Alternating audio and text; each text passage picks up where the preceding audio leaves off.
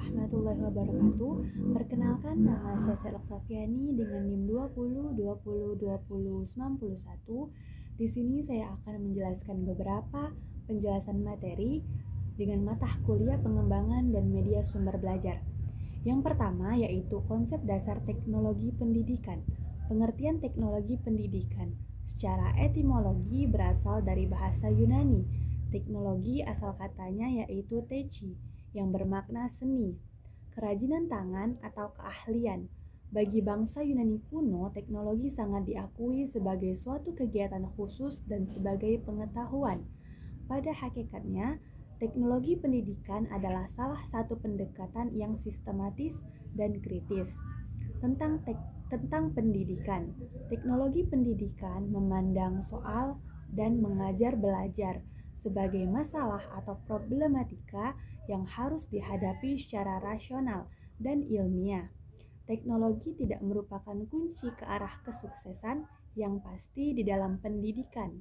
Akan tetapi, teknologi pendidikan menunjukkan suatu proses ataupun prosedur atau metodologi yang dapat diterapkan dalam pendidikan.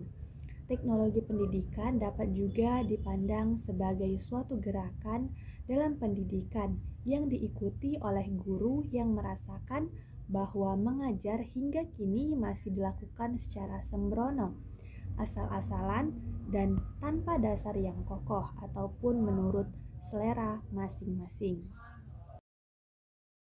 Kedua yaitu ruang lingkup, manfaat serta mengapa perlu media pembelajaran di dalam kegiatan belajar mengajar. Ruang lingkup belajar dan pembelajaran. Ruang lingkup merupakan cangkupan atau batasan kegiatan yang harus dilakukan oleh guru dan siswa dalam kegiatan belajar mengajar untuk mencapai tujuan secara efektif dan efisien. Ruang lingkup tersebut meliputi materi, media, pendekatan-pendekatan, alokasi, waktu, metode, pola pembinaan, terpadu, kompetisi dasar peserta didik, dan evaluasi. Media berasal dari bahasa Latin yang memiliki arti antara.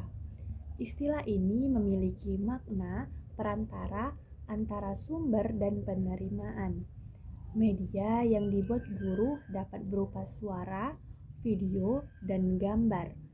Guru dapat pula membawa langsung benda-benda tertentu untuk ditunjukkan di dalam kelas, sehingga siswa dapat mencium, meraba, melihat, dan mendengar media tersebut. Bermacam aplikasi dapat dimanfaatkan menjadi media pembelajaran, di antaranya adalah YouTube, TikTok, dan lain-lain. Media pembelajaran merupakan salah satu komponen pembelajaran yang mempunyai peranan penting dalam proses pembelajaran. Pemanfaatan media seharusnya merupakan bagian yang harus mendapatkan perhatian dalam setiap kegiatan pembelajaran. Oleh karena itu, guru perlu mempelajari bagaimana menetapkan media pembelajaran agar dapat mengefektifkan pencapaian tujuan pembelajaran dalam proses belajar mengajar. Selanjutnya yaitu konsep, fungsi, prinsip, dan ciri media pembelajaran. Media adalah segala sesuatu yang dapat digunakan untuk menyalurkan pesan dan mengirim ke penerima, sehingga dapat merangsang pikiran, perasaan, perhatian, dan minat siswa sedemikian rupa sehingga proses belajar terjadi.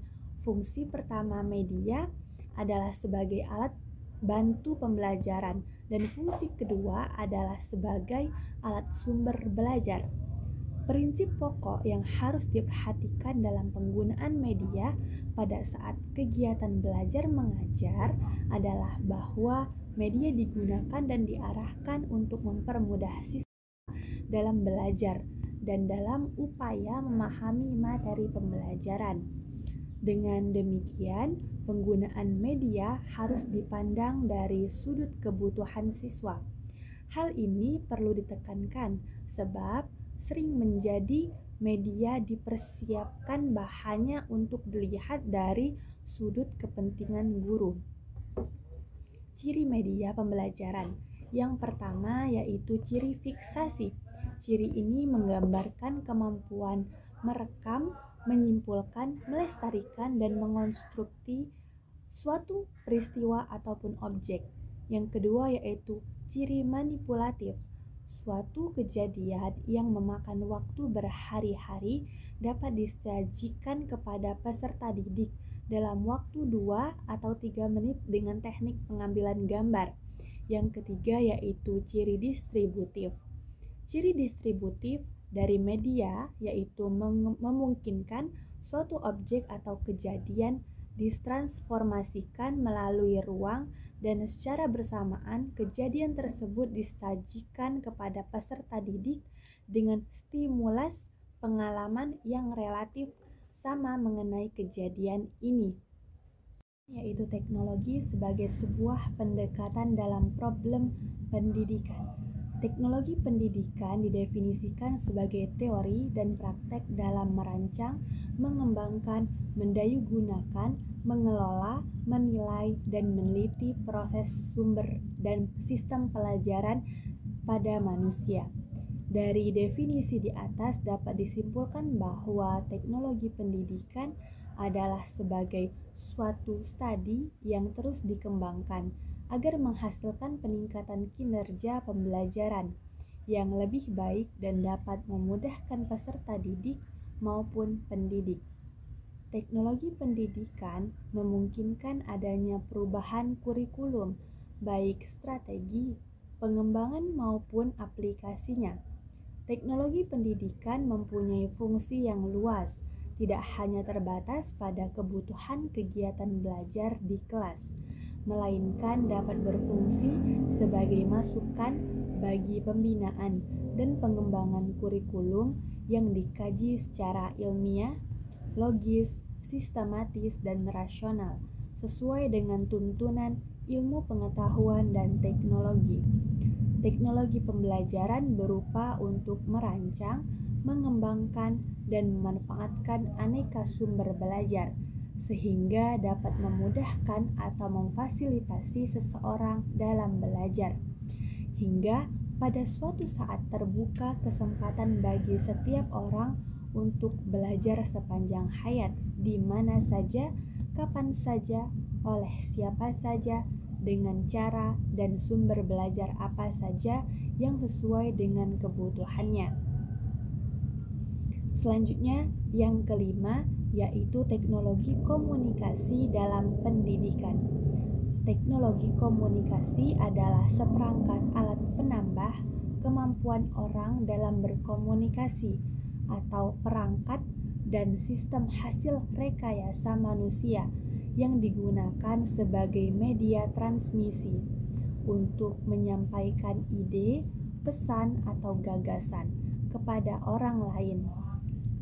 Sedangkan teknologi komunikasi adalah peralatan perangkat keras dalam sebuah struktur organisasi yang mengandung nilai-nilai sosial yang memungkinkan setiap individu mengumpulkan, mengelola, dan saling bertukar informasi dengan individu lainnya. Yang pertama yaitu teknologi komunikasi memfasilitasi komunikasi antar individu atau kelompok orang yang tidak bertemu secara fisik di lokasi yang sama. Bentuknya dapat berupa telepon, telex, fax, radio, televisi, elektronik data, ataupun email. Pengaruh teknologi komunikasi dalam pendidikan. Kemajuan teknologi informasi dan komunikasi memberi solusi pada proses pembelajaran yang selalu terhambat dan terkendala pada waktu serta tempat. Dengan adanya TIK, sekat ruang dan waktu bisa ditiadakan. Jadi, belajar bisa di mana saja dan kapan saja. Yang keenam yaitu media pendidikan proses pembelajaran. Pada mulanya, media hanya dianggap sebagai alat bantu mengajar guru ataupun teaching aids. Alat bantu yang dipakai adalah alat bantu visual, misalnya gambar, model objek, dan alat-alat lainnya yang dapat memberikan pengalaman konkret, motivasi belajar, serta mempertinggi daya serap dan retensi belajar siswa. Namun, sayang, karena terlalu memusatkan perhatian pada alat bantu visual yang dipakai oleh orang yang kurang memperhatikan aspek desain, pembelajaran, dan produksi yang evaluasinya. Kegiatan belajar mengajar akan efektif dan efisien apabila kegiatannya disertai dengan penggunaan media sebagai alat pembelajaran. Arif Sudirman mengemukakan pengertian media adalah segala sesuatu yang dapat digunakan untuk menyalurkan pesan dari pengirim ke penerima, sehingga dapat merangsang pikiran, perasaan, perhatian, dan minat siswa, serta perhatian siswa dalam proses belajar mengajar. Proses belajar mengajar pada hakikatnya adalah proses komunikasi, yaitu proses penyampaian pesan dari sumber pesan melalui saluran media tertentu ke penerima pesan. Selanjutnya yaitu media dan penerima pesan adalah komponen-komponen proses komunikasi. Pesan yang akan dikomunikasikan adalah isi ajaran atau didikan yang ada dalam kurikulum.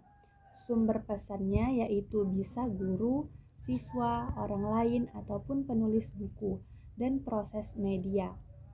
Saluran adalah media pendidikan dan penerima pesannya adalah siswa atau juga guru. Ada beberapa faktor yang menjadi penghambat ataupun penghalang proses komunikasi. Penghambatan tersebut biasanya dikenal dengan istilah barriers atau noises.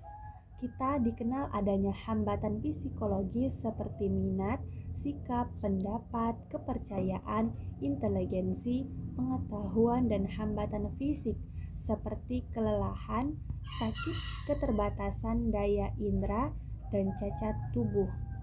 Siswa yang senang terhadap mata pembelajaran topik serta guru tentu berhasil saling belajar dibandingkan dengan benci atau tak menyukai semua itu. Selanjutnya, materi penjelasan yang ketujuh, yaitu kriteria penggunaan media pendidikan. Dalam menggunakan media pembelajaran, guru tidak serta-merta menggunakannya. Ada beberapa hal yang perlu dipertimbangkan ketika akan menggunakan media pembelajaran. Secara ringkas, cara memilih media pembelajaran dapat dilihat berikut ini. Yang pertama yaitu dengan cara memilih media yang telah tersedia di pasaran yang dapat dibeli oleh guru dan langsung dapat digunakan dalam proses pengajaran pendidikan. Yang kedua, memilih berdasarkan kebutuhan nyata yang telah direncanakan, khususnya yang berkenaan dengan tujuan yang telah dirumuskan secara khusus dan bahan pelajaran yang hendak disampaikan. Secara umum, pola penggunaan media pembelajaran dikelompokkan menjadi dua, yaitu pola penggunaan di dalam kelas dan pola penggunaan di luar kelas. Pola penggunaan di dalam kelas atau pada pembelajaran tatap muka. Media pembelajaran digunakan untuk menunjang penyajian materi pembelajaran, sehingga mudah dikenal peserta didik, yang akhirnya tujuan pembelajaran yang dirumuskan dapat tercapai dengan baik.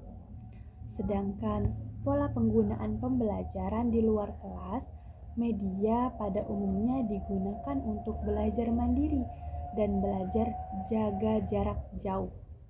Media yang digunakan antara lain modul, kaset, CD, DVD, dan lain sebagainya. Media pembelajaran yang telah dipilih agar dapat digunakan secara efektif dan efisien perlu menempuh langkah-langkah secara sistematis. Ada 3 langkah yang pokok yang dapat kita lakukan, yaitu yang pertama, persiapan atau pelaksanaan penyajian tindak lanjut. Persiapan maksudnya kegiatan dari seseorang tenaga pengajar yang akan mengajar dengan menggunakan media pembelajaran. Kegiatan-kegiatan yang dapat dilakukan tenaga pengajar pada langkah persiapan di antara lain: yang pertama, membuat rencana pembelajaran ataupun pelaksanaan perkuliahan sebagaimana bila mengajar seperti biasanya. Dalam rencana pelaksanaan pembelajaran dicantumkan media yang akan digunakan. Yang kedua yaitu mempelajari buku ataupun bahan penyerta yang telah disediakan. Selanjutnya yaitu menyiapkan dan mengatur peralatan yang akan digunakan agar pelaksanaannya nanti tidak terburu-buru dan mencari-cari lagi serta peserta didik dapat melihat dan mendengarkan dengan baik. Pelaksanaan penyajian tenaga pengajaran pada saat melakukan proses pembelajaran dengan menggunakan media. Pembelajaran perlu mempertimbangkan seperti yakinkan bahwa semua media itu adalah peralatan yang sudah lengkap dan sudah siap untuk digunakan. Selanjutnya yaitu jelaskan tujuan yang akan dicapai. Yang ketiga yaitu jelaskan lebih dahulu apa yang harus dilakukan oleh peserta didik selama proses pembelajaran berlangsung. Demikian penjelasan tentang materi dari saya dari kelompok 1 sampai dengan 7. Terima kasih atas semuanya. Saya akhiri. Wassalamualaikum warahmatullahi wabarakatuh.